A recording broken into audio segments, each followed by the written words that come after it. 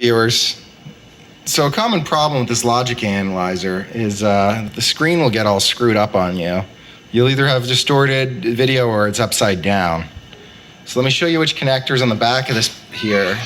Well, you tend to take all the screws at the top and the bottom out. Now don't touch that, it's high voltage. So on the back here, there's this ribbon cable and this ribbon cable.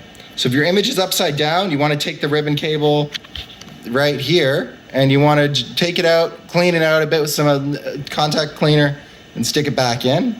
And then this one here, this connector seems to come loose with age. This one, if your video is really distorted, you want to just take that off, clean it with contact cleaner, put it back, and you'll get about another 5 years till it happens again. I didn't see any videos for this, just an old forum post from 2006, so I hope that helps you guys. And to get this out, you don't have to take apart as much as I did, you just have to take apart the bottom screws and the top screws. The top one has a plastic piece you can remove. And yeah, that's how you get your screen to work again.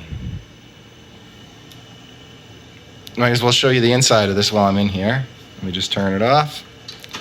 There's the system board. It has a processor under there. I could remove the heatsink, but I'm not going to.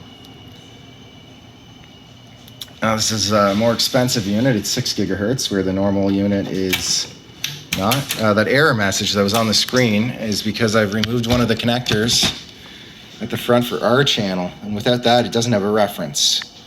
So it doesn't work right. This is what a fully loaded unit looks like. I'm not sure what the base model that only does 3 gigahertz looks like, but this is what my unit looks like.